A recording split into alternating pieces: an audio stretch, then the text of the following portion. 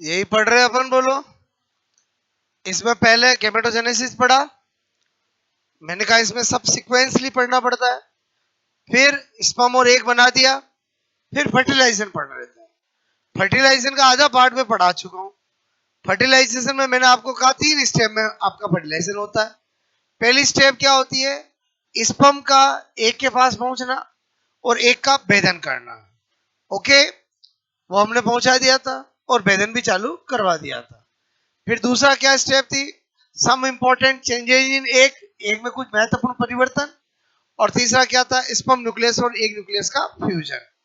और जैसे जाइगोट बन जाएगा, फर्टिलाइजेशन कंप्लीट हो जाएगा। और जाइगोट बनते क्या चालू हो जाता? क्लीवेज। तो तीसरी स्टेप हमारी क्या होगी? क्लीवेज। बोलो, बात समझ में है? ओके, तो एक बार कहानी से कनेक्ट कर दिया। दूसरी स्टेप हमारी क्या पढ़ रहेंगे? बोलो। मैंने कहा एग में कुछ महत्वपूर्ण परिवर्तन, ठीक है, some important changes in egg. यहीं से कहानी पढ़नी है। बोलो, यहीं से छोड़ी थी मैंने कहानी, अब इधर ध्यान दो। स्पर्म अभी एग में एंटर नहीं हुआ है, कोरोना रेडिएटर हटा चुका है, फर्टिलाइजेशन मेम्ब्रेन बन चुकी है। बोलो, बात समझ में है?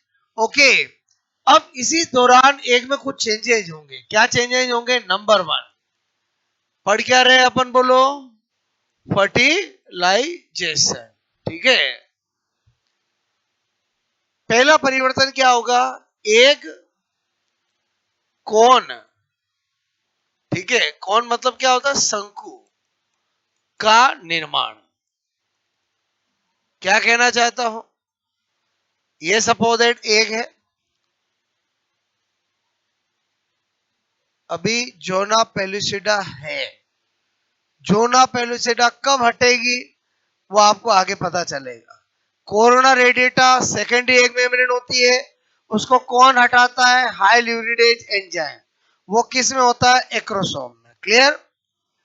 स्पर्म एंटर होने की कोशिश कर रहा है, जहां स्पर्म एंटर होता है वहां पर क्या होता है? एक एग कौन बनता है। क्या बनता है? एग कौन बनता है। क्या बनता है? एग कौन। क्लियर? शंकु बनता है।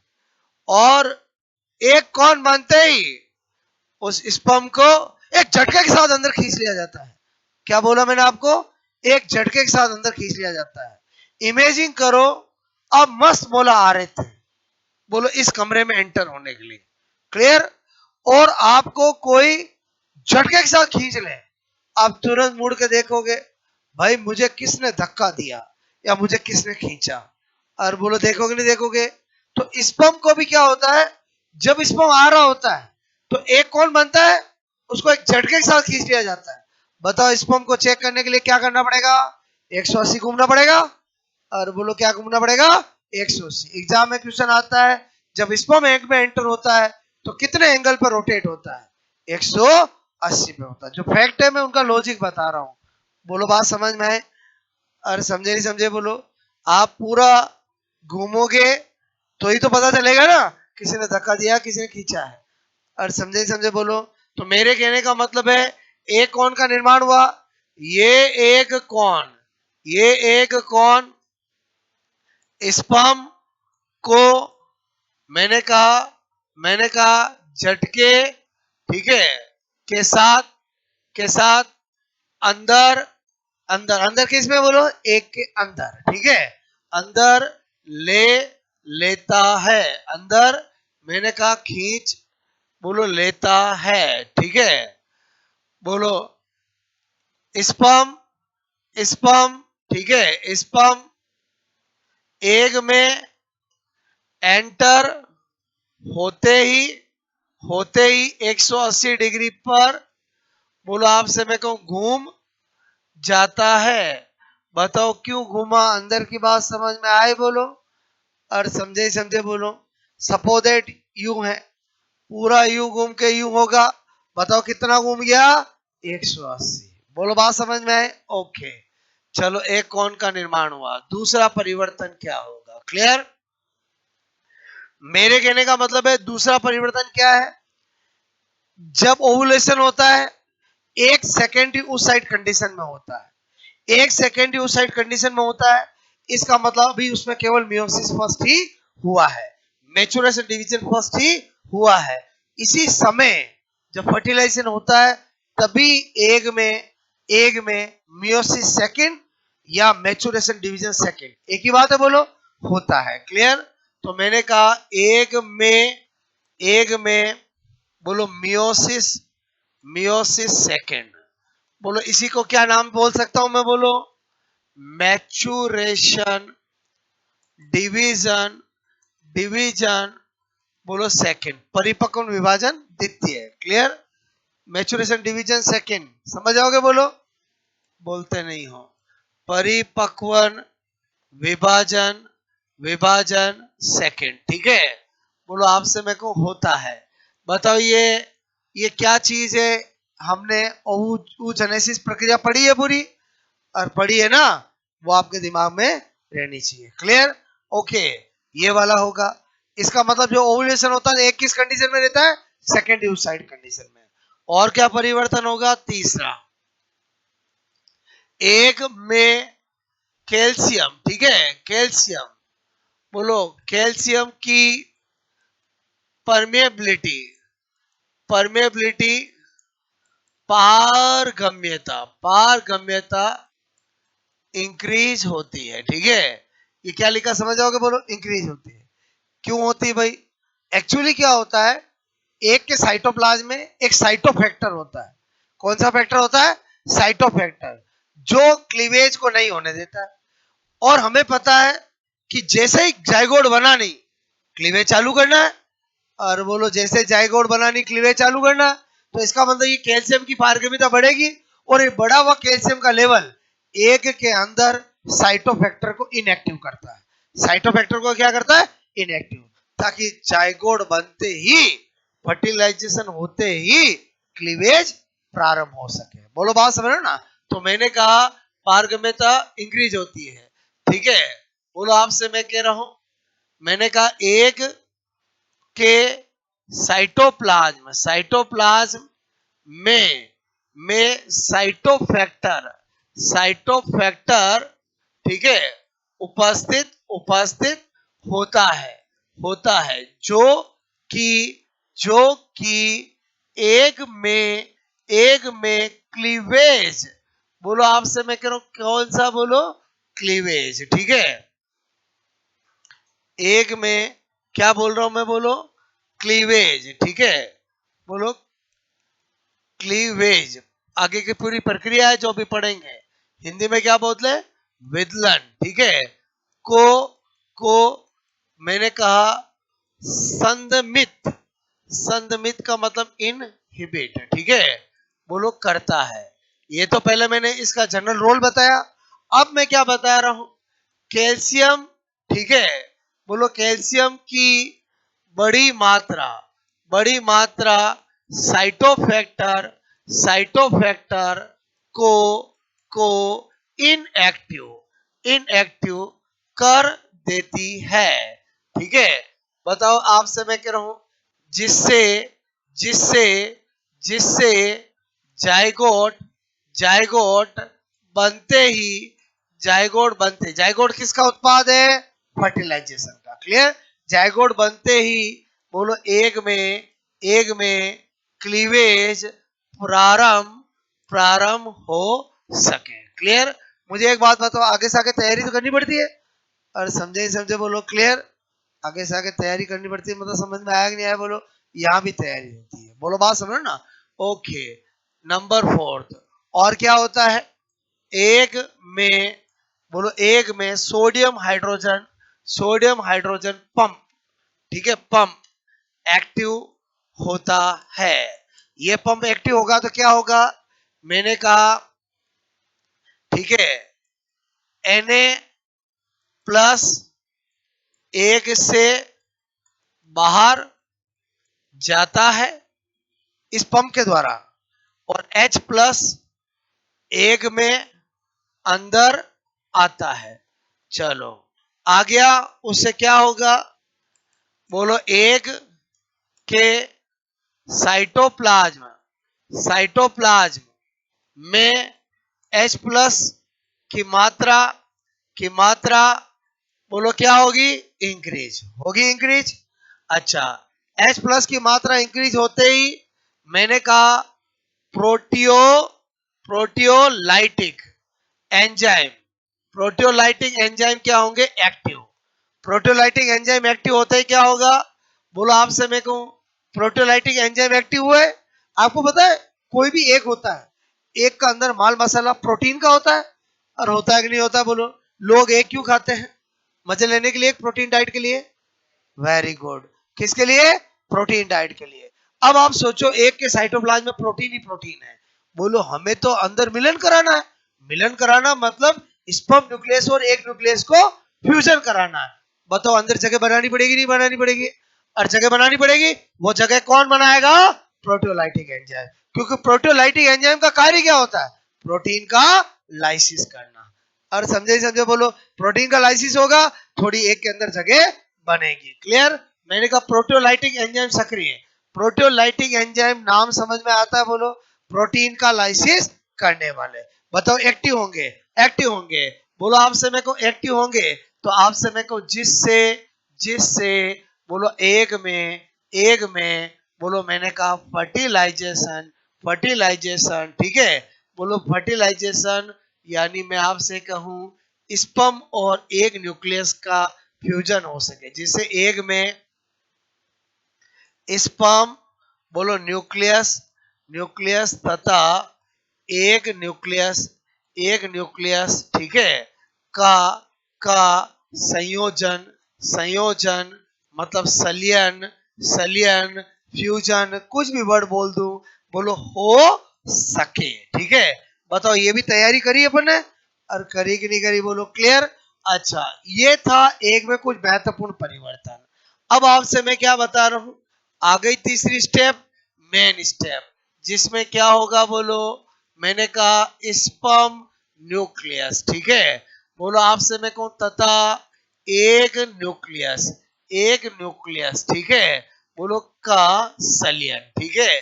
अच्छा अब समझो, मतलब भी मैंने आपको बताया था परिवर्तन हो रहा था, स्पर्म अंदर जा चुका है, स्पर्म गया अंदर, स्पर्म अंदर गया।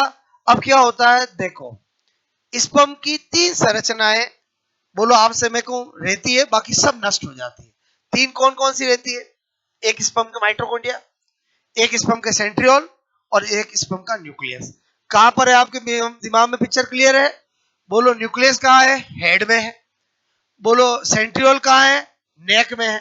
माइटोकॉन्ड्रिया कहां है? मिडल पीस में है। बोलो समझे ही समझे? टेल का काम क्या था? स्पर्म को बोलो आपसे मैं कहूं पहुंचाने का, पहुंचा चुका है, काम खत्म। और समझे नहीं समझे? बोलो यहां पर कहानी समझना, एक्रोसोम अपना काम कर चुका है, काम खत्म। केवल तीन संरचनाएं रहती है, बाकी सब नष्ट हो जाती है। क्लियर? बात समझना, मैंने कहा स्पर्म के एग में एंटर होने पर केवल केवल निम्न तीन बोलो स्ट्रक्चर रहती है, ठीक है? बाकी सब आपसे मैं कहूं सब नष्ट हो जाती है। वो कौन सी तीन रहती है? नंबर वन, एक तो मैंने कहा बोलो माइटोकॉन्ड्रिया, ठीक है? माइटोकॉन्ड्रिया, दूसरा सेंट्रियोल, और तीसरा स्पर्म न्यूक्लियस, ठीक है? स्पर्म न्यूक्लियस, ये तीन संरचनाएं रहती है। क्लियर? अब इनका क्या होगा, इधर ध्यान देना। मैंने कहा माइटोकॉन्ड्रिया, माइटोकॉन्ड्रिया एक के साइटोप्लाज्म का भाग बन जाता है। क्या बोला मैंने आपको? माइटोकॉन्ड्रिया, माइटोकॉन्ड्रिया एक के साइटोप्लाज्म का भाग बन जाता है। बोलो बात समझ में आए? ओके। अब जैसे ही एक के साइटोप्लाज्म का भाग बनता है, एक के अंदर माइटोकॉन्ड्रिया के बादल छा जाते हैं। क्या हो जाते हैं? माइटोकॉन्ड्रिया के बादल छा जाते हैं, जिसको बोलते हैं क्लाउड ऑफ माइटोकॉन्ड्रिया। क्या बोलते हैं? Cloud of mitochondria. एक बार फर्स्ट ग्रेड बायोलॉजी में क्वेश्चन पूछा गया, क्लाउड ऑफ माइटोकॉन्ड्रिया किस में मिलता है? क्लाउड ऑफ माइटोकॉन्ड्रिया किस में मिलता है? ऑप्शन पहला स्पर्म, दूसरा एग, तीसरा बोलो आपसे में को इनमें से कोई नहीं ऐसा। अब स्टूडेंट गलती क्या करते हैं, उनके दिमाग में स्पर्म की स्ट्रक्चर रहती है। किसकी स्ट्रक्चर रहती है? स्पर्म की स्ट्रक्चर। स्पर्म की स्ट्रक्चर रहती है, स्पर्म के मिडिल पीस में मैंने बहुत सारे माइटोकॉन्ड्रिया बनाए थे, और बनाए थे नहीं बनाए थे बोलो क्लियर। तो स्टूडेंट क्या सोचते हैं यार क्लाउड ऑफ माइटोकॉन्ड्रिया मतलब वही है जहां पर स्पर्म के अंदर, और वो क्या टिक करके आ जाते हैं स्पर्म, जबकि ये कहाँ आया कहानी का पार्ट एक के अंदर, और कहाँ आया एक के अंदर। मैं आपको पूरा फर्टिलाइजेशन कहानी के रूप में क्यों बता रहा हूं, तभी फैक्ट समझ में आएंगे। बोलो मेरी बात समझ में आए, बोलो क्या बोला मैंने आपको, ये जो स्पर्म के माइटोकॉन्ड्रिया है वो एक के साइटोप्लाज्म का भाग बन जाते हैं, जिससे जिससे जिससे बोलो आपके एक के साइटोप्लाज्म में क्या हो जाता है, माइटोकॉन्ड्रिया के बादल छा जाते हैं, जिसको क्या कहा जाता है, क्लाउड ऑफ माइटोकॉन्ड्रिया, माइटोकॉन्ड्रिया के बादल। तो क्लाउड ऑफ माइटोकॉन्ड्रिया एक में बने किस में बने, एक में बने। बोलो बात समझ में है, इधर समझना। मैंने कहा माइटोकॉन्ड्रिया माइटोकॉन्ड्रिया माइटोकॉन्ड्रिया, और ये तो क्वेश्चन आता ही है, स्पर्म में माइटोकॉन्ड्रिया किस भाग में होता है, हमेशा मिडल पीस में, मध्य भाग में। वो तो आपको स्ट्रक्चर बनाई मैंने आपको। ओके, माइटोकॉन्ड्रिया मैंने, ये किसके माइटोकॉन्ड्रिया बोलो, ये किसके भाग है बोलो, ऊपर लिखा हुआ बोलो, बार बार लिखने की जरूरत नहीं है। बोलो मैंने कहा माइटोकॉन्ड्रिया एक के साइटोप्लाज्म, साइटोप्लाज्म साइटोप्लाज्म मतलब समझ गए, कोशिका द्रव्य, ठीक है, साइटोप्लाज्म का भाग, भाग मतलब पार्ट, ठीक है। बोलो आप समय को पार्ट बन जाते हैं, जाते हैं, जिससे जिससे एक में माइटोकॉन्ड्रिया के बादल छा जाते हैं, जिसे क्लाउड ऑफ माइटोकॉन्ड्रिया, माइटोकॉन्ड्रिया के बादल कहते हैं, जिसे जिसे मैंने कहा क्लाउड ऑफ माइटोकॉन्ड्रिया। बोलो आपसे मैं कह रहा हूं, मैंने कहा माइटोकॉन्ड्रिया बोलो के बादल कहते हैं। ये नेट से लेकर बड़े बड़े एग्जामों में पूछा गया है। आगे मैंने पहले आपको कॉर्टिकल रिएक्शन बताई थी, फर्टिलाइजेशन मेम्ब्रेन निषेचन झिल्ली का निर्माण, वो भी बहुत इंपॉर्टेंट है, क्लियर। मतलब हमारे दिमाग में आता है कि जब मिलियन स्पर्म बोलो छोड़े जाते हैं तो एक स्पर्म कैसे एंटर होता है, उसका कारण क्या है, निषेचन झिल्ली का निर्माण। निषेचन झिल्ली जनरली एक ही स्पर्म को अंदर एंटर होने देती है, क्लियर। और उस रिएक्शन को क्या कहते हैं, कॉर्टिकल रिएक्शन। बोलो आपको बात समझ में आई। अच्छा, माइटोकॉन्ड्रिया का देख लिया, सेंट्रियोल का क्या होगा भाई, सेंट्रियोल सेंट्रियोल सेंट्रियोल सेंट्रियोल, एक सेंट्रियोल बोलो आपसे मेरे को दो में विभक्त होगा और दोनों पोल पे चला जाएगा। क्यों चला जाएगा, क्योंकि आगे जाइगोट बनते क्लीवेज चालू कराना, और क्लीवेज क्या है बोलो, जाइगोट में होने वाले इनिशियल डिवीजन। क्लीवेज क्या है बोलो, जाइगोट में होने वाले इनिशियल डिवीजन, और डिवीजन कराना है तो सेंट्रियोल का तो रोल रहेगा ही रहेगा, बोलो दोनों पोल पे चले जाते हैं। मैंने कहा सेंट्रियोल सेंट्रियोल आपसे मैं कहूं विभक्त, विभक्त होकर, ठीक है, होकर दोनों दोनों आपसे मैं कहूं पोल, ठीक है, पर चले जाते हैं। किसके अंदर बोलो, अभी सब काम किसके अंदर हो रहा है, एक के अंदर हो रहा है, क्योंकि स्पर्म एक के अंदर गया है, स्पर्म में एक नहीं गया है। बोलो बात समझ में आए। ओके, अब मैंने कहा तीसरा कौन बोलो, मैंने कहा यहां पर बोलो, यहां पर ये तीन बताए थे, ये पहला किसका भाग बता दिया, माइटोकॉन्ड्रिया का, क्लियर। बोलो दूसरा किसका रोल बता दिया, सेंट्रियोल का, क्लियर। अब तीसरा बता दो बोलो, स्पर्म न्यूक्लियस एक न्यूक्लियस से फ्यूज हो जाता है। तैयारी पहले सारी कर ली थी बोलो, और तैयारी करी थी कि नहीं करी थी बोलो, और जैसे ही फ्यूज हो जाता है जाइगोट बन जाता है, फर्टिलाइजेशन समाप्त हो जाता है, क्योंकि फर्टिलाइजेशन का प्रोडक्ट कौन होता है बोलो, जाइगोट, क्लियर। मैंने कहा स्पर्म न्यूक्लियस, ठीक है, स्पर्म न्यूक्लियस बोलो मैंने कहा एक न्यूक्लियस से बोलो फ्यूज हो जाता है, ठीक है, तथा तथा तथा जाइगोट, ठीक है।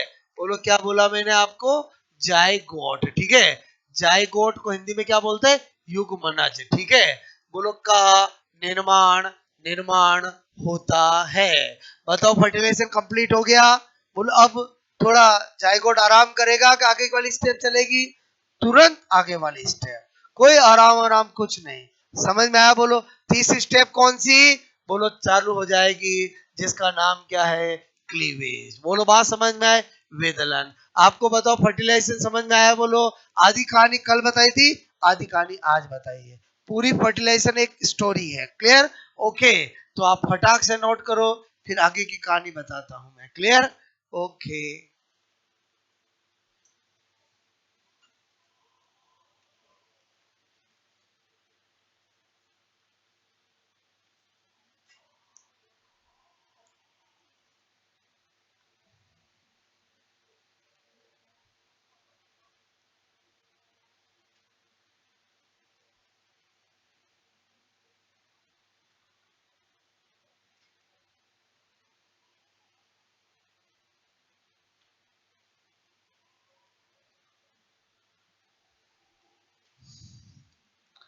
स्पर्म को एक तक पहुंचने में कितनी मुसीबतों का सामना करना पड़ा, आपको समझ में आया होगा। क्लियर? बताया ना मैंने आपको। ठीक है।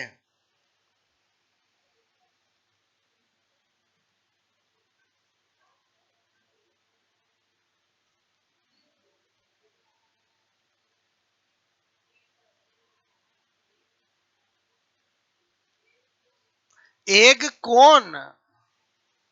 और कौन मतलब अपना शंकु। ठीक है। अभी ये कौन है बोलो? जोना पेल्यूसिडा। ठीक है। बात समझ में आए? बोलो।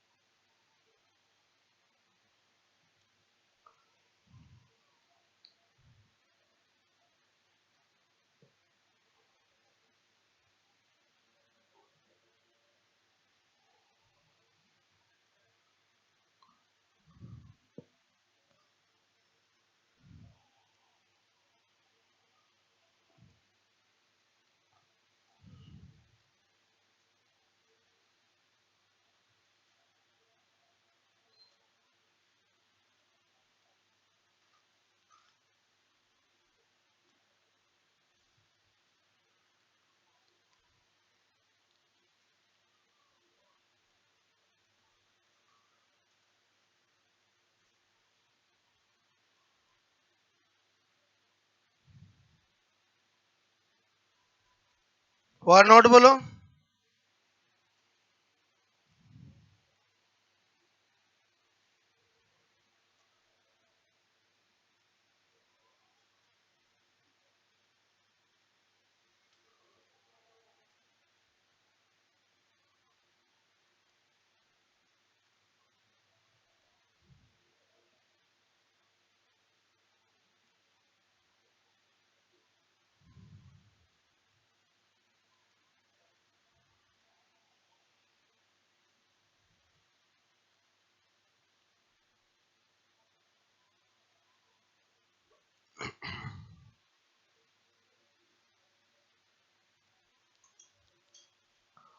ये मैं क्या बताना चाह रहा था, समझ में आया? बोलो आपको।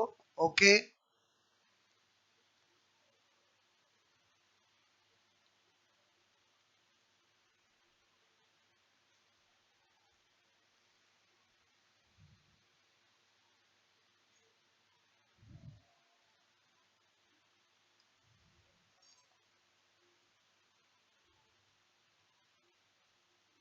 ये जो मैं ऐसे ऐसे करता हूं, ये समझ आते हो? बोलो। क्या है ये? बोलो। इंक्रीज। ठीक है।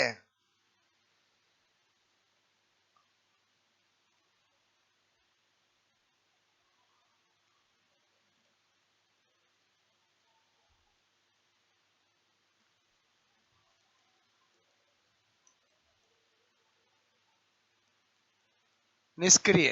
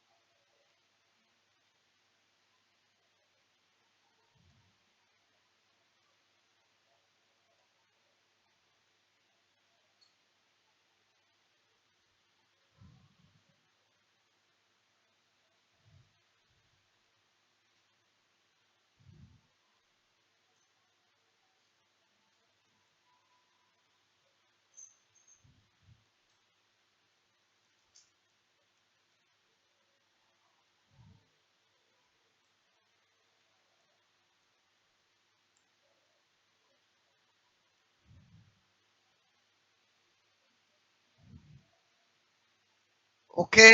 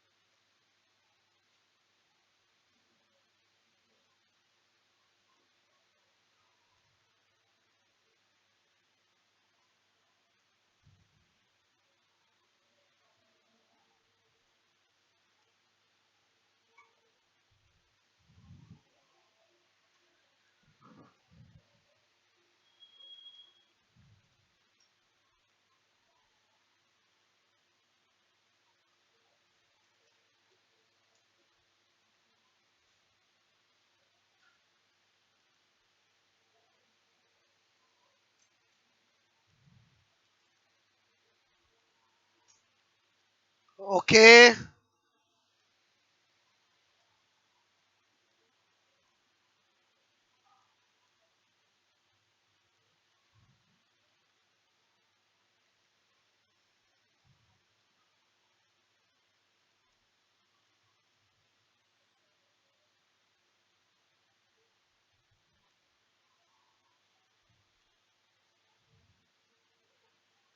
आया समझ में? बोलो पूरा। ओके, प्रोटीलाइटिक एंजाइम हमेशा कौन होता है? जो प्रोटीन का लाइसिस करते हैं। क्लियर? और एक का साइटोप्लाज्म में तो प्रोटीन ही ज्यादा होता है। बोलो, आई बात समझ में?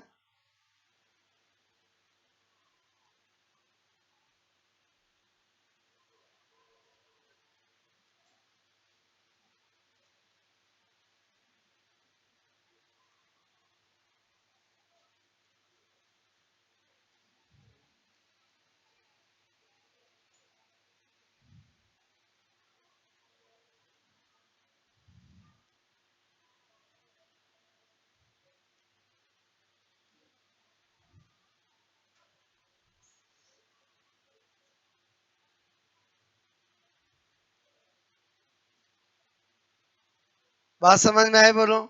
सेकंड स्टेप में आगे क्लीवेज कराना है, उसकी तैयारी कर दी, जगह बना दी, और स्टेप समझ में आए ना? अंदर ले लिया, और एक का मैच्योरेशन डिवीजन सेकंड भी हो गया।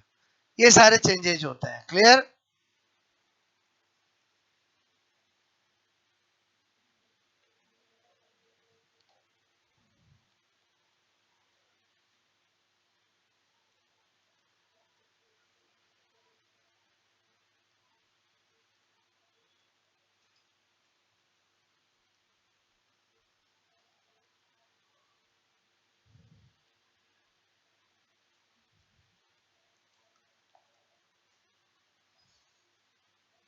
हो गया नोट? बोलो।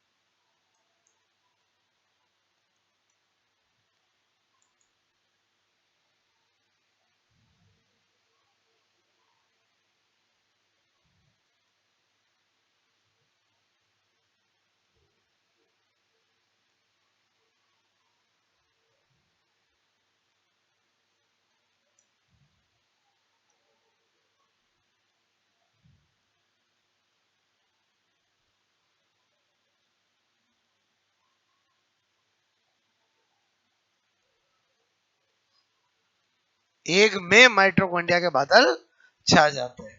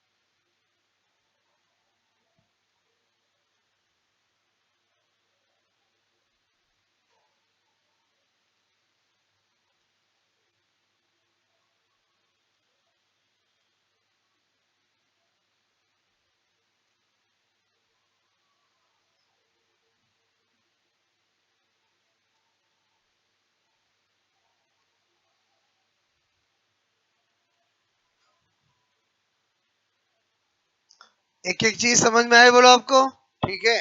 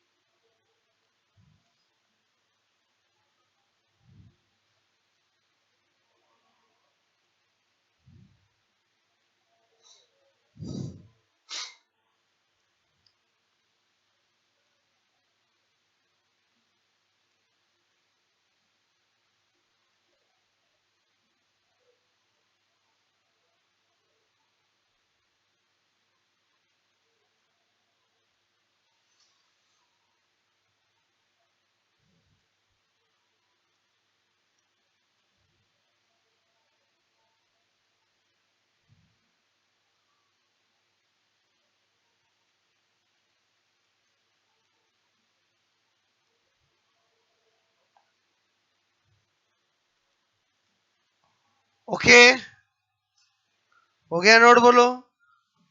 ये वाली बात समझ में आई बोलो आपको। क्लाउड ऑफ माइटोकॉन्ड्रिया किसके अंदर बनते हैं, स्पर्म में, एग में? एग में, ठीक है।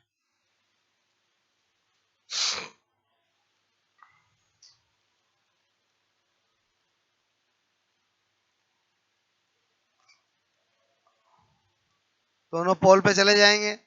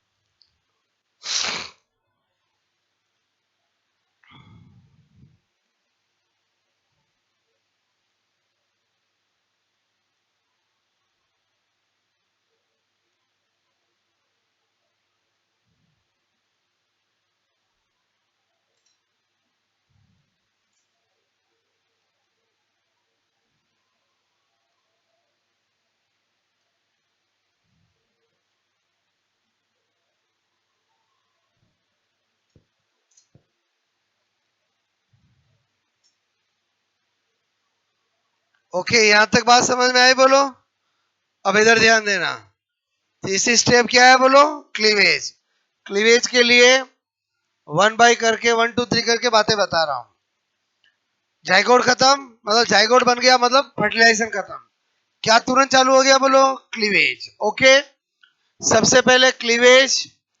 मैंने कहा क्लीवेज, अगर आपको पूछा जाए क्लीवेज कहां होता है, जहां फर्टिलाइजेशन होगा वही होगा, मतलब इसका भी आंसर क्या होगा बोलो, फैलोपियन ट्यूब। बोलो फैलोपियन नलिका, ठीक है। अच्छा, आपको पूछा जाए कि क्लीवेज का प्रोडक्ट क्या होता है, मैंने कहा प्रोडक्ट, ठीक है। तो एक्चुअली क्या होता है इधर समझो। ये है जाइगोट। जाइगोट क्या होता है, यूनिसेलुलर। Unicellular, clear. भाई जाइगोट तो 2n है, स्पर्म और एग मिले, उसको बोल दिया जाइगोट। अब बोलो क्या होंगे, क्लीवेज होगा। क्लीवेज से क्या बनेगा बोलो, मैंने कहा क्या बनेगा, मल्टी सेलुलर एम्ब्रियो बनेगा। और क्या बनेगा, बहुकोशिकीय भ्रूण बनेगा। और क्लीवेज कब खत्म माना जाएगा, जब वो किस अवस्था में पहुंच जाएगा बोलो, ब्लास्टूला। कौन सी अवस्था में, ब्लास्टूला, क्लियर। तो मेरे कहने का मतलब है, क्योंकि ब्लास्टूला में इंप्लांटेशन होता है, और ब्लास्टुला में क्या होता है, इम्प्लांटेशन। तो ये हमारी बोलो स्टेप है, बोलो जिसका नाम क्या है, क्लीवेज। तो इसका मतलब हुआ कि क्लीवेज क्या हुआ, जायगोट में होने वाले, भ्रूण में होने वाले शुरुआती विभाजन, उसको क्या बोलेंगे, क्लीवेज। बोलो विभाजन तो बाद में भी होते हैं, लेकिन जब तक ब्लास्टुला बनेगा तब तक क्लीवेज माना जाएगा।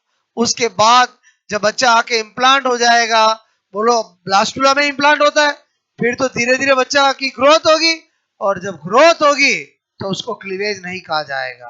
बोलो वो सामान्य विभाजन होंगे जिसमें बोलो बच्चा ग्रोथ करेगा। बोलो बात समझ में आए? तो यहां पर समझो तीसरा पॉइंट क्या बता रहा हूं, मैंने कहा क्लीवेज, क्लीवेज जायगोट, ठीक है, मतलब जो भ्रूण बना है में होने वाले शुरुआती शुरुआती विभाजन, ठीक है, विभाजन होते हैं, ठीक है। अच्छा नंबर 4, क्लीवेज बोलो माइटोसिस, ठीक है, टाइप के डिवीजन डिवीजन होते हैं, ठीक है। कैसे विभाजन होंगे, समसूत्री विभाजन। बोलो बात समझ में? क्योंकि आपके दिमाग में फिक्स होना चाहिए, हमारी बॉडी में मियोसिस केवल और केवल रिप्रोडक्टिव सेल्स में होता है, जिससे स्पर्म मेल में और फीमेल में एक बनता है। उसके अलावा मियोसिस हमारी बॉडी में कभी भी कहीं पर भी नहीं होता है। क्या बता रहा हूं, समझ में आया? बोलो वापस सुनो, सेल डिवीजन टॉपिक है अपना पूरा, उसमें माइटोसिस मियोसिस बहुत अच्छे से पढ़ाऊंगा, क्योंकि माइटोसिस मियोसिस एक साइंटिफिक प्रोसेस है। बोलो बात समझो ना। तो अभी सुनो मैं क्या बता रहा हूं, माइटोसिस सामान्य विभाजन है जो हमारे जन्म से लेकर मृत्यु तक चलता ही रहता है। आपके कहीं कट लगता है, थोड़े दिनों में वापस सही हो जाता है, किस विभाजन से, बोलो माइटोसिस।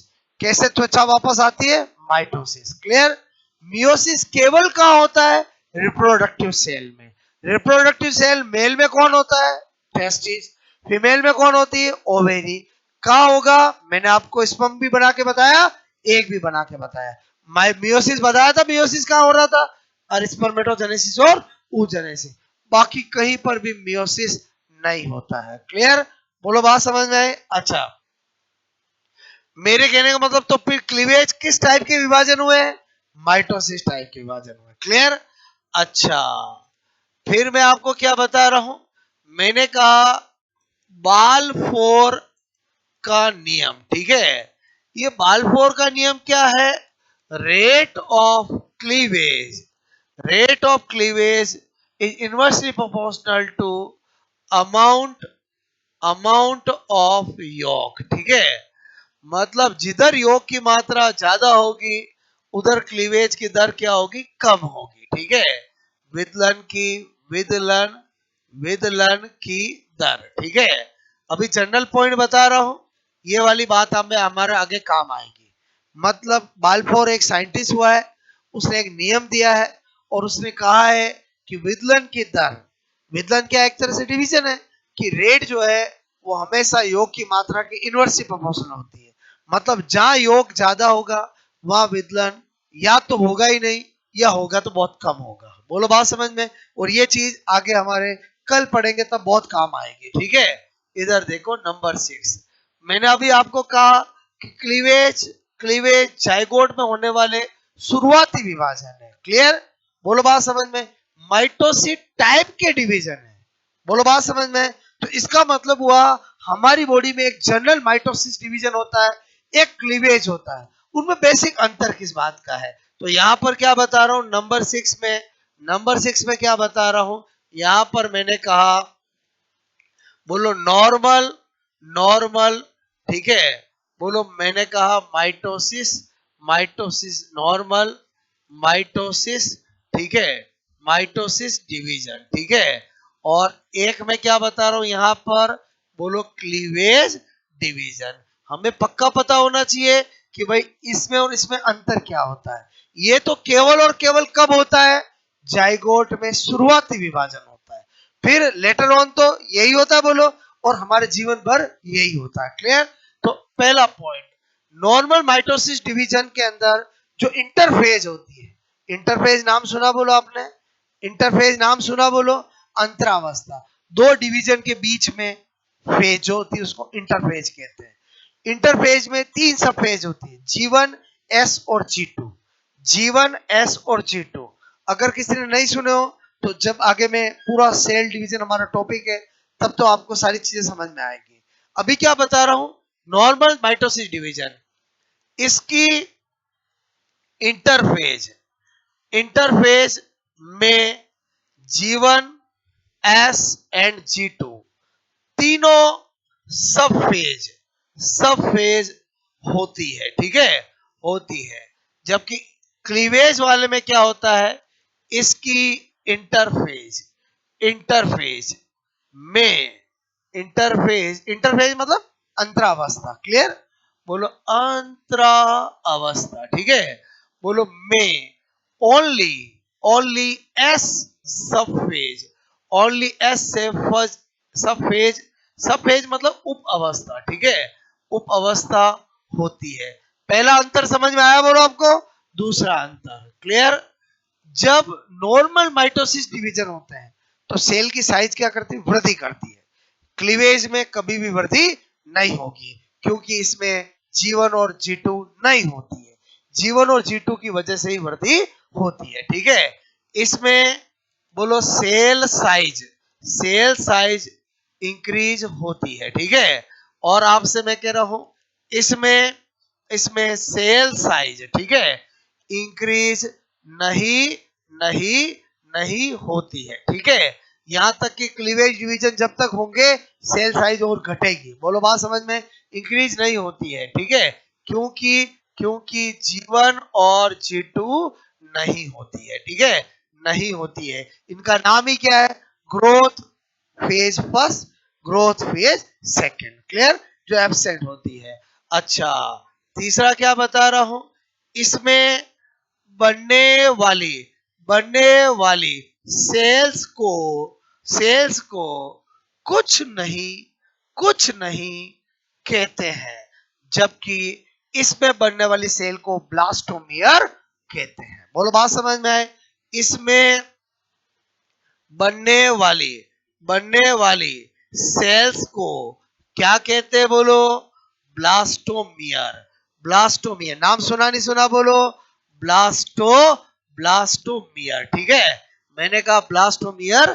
कहते हैं। इसका मतलब ब्लास्टोमियर कब बनती है, जब क्लीवेज डिवीजन होते हैं, क्लियर, बोलो बात समझ में, जब हमारा, जब हमारा embryo 32 cell stage, 32 blastomere stage होता है तब आकर का इम्प्लांट हो जाता है, यूट्रस में इम्प्लांट हो जाता है और उसके बाद क्लीवेज नहीं होकर नॉर्मल डिवीजन होना प्रारंभ कर देते हैं। फिर जैसे ही बोलो आपसे मेरे को 1 महीने का हुआ, 2 महीने का हुआ, 3 महीने का हुआ, 4 महीने का हुआ, 5 महीने का हुआ, 6 महीने का हुआ, ये मैं क्या कर रहा हूं समझ रहे बोलो, अंदर साइज बढ़ती है, किससे पता चलता है, सोनोग्राफी से। और समझे समझे बोलो क्लियर, मेरी बात समझ में आए, आपके फंडे क्लियर होने चाहिए कि वास्तव में इनमें क्या अंतर होता है, क्लियर, आज तक यहां तक की कहानी समझ में आई बोलो, आपको नोट करोगे।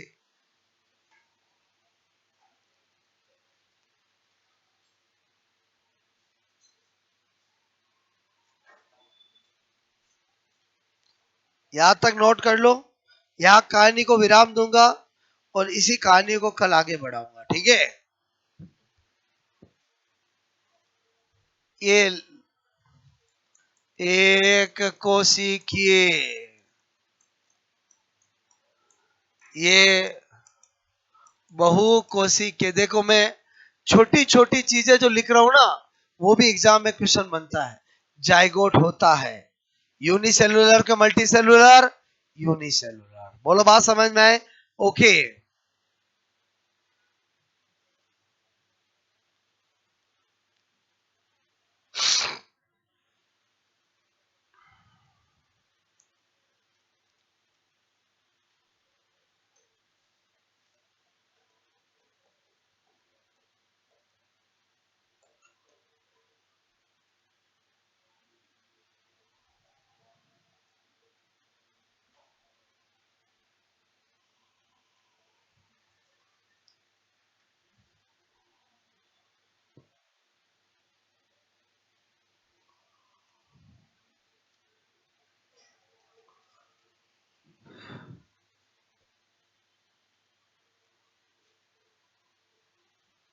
कहानी समझ में आई बोलो आपको यहाँ तक?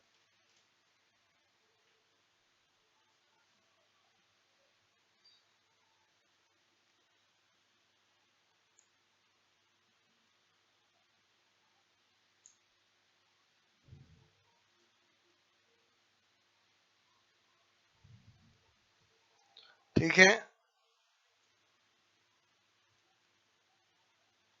स्टार्टिंग डिवीजन आप समय को जो जाइगोट में होते हैं उनको क्लीवेज कहते हैं।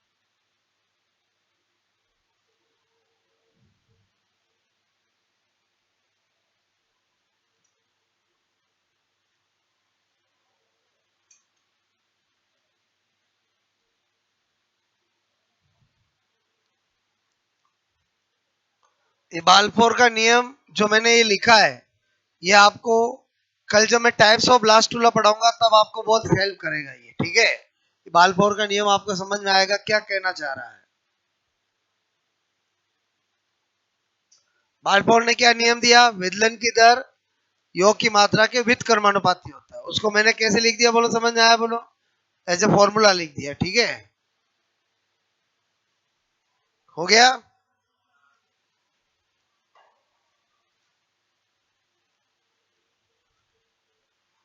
सामान्य समसूत्री विभाजन, और इधर क्या लिखा बोलो? विदलन विभाजन। ठीक है,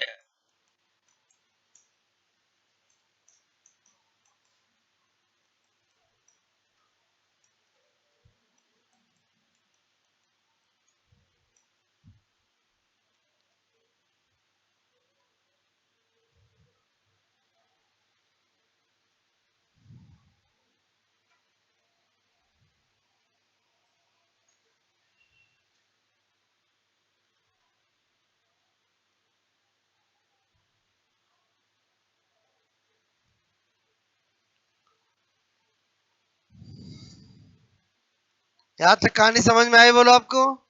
ठीक है, इसी कहानी को अपन कल आगे बढ़ाएंगे। ठीक है,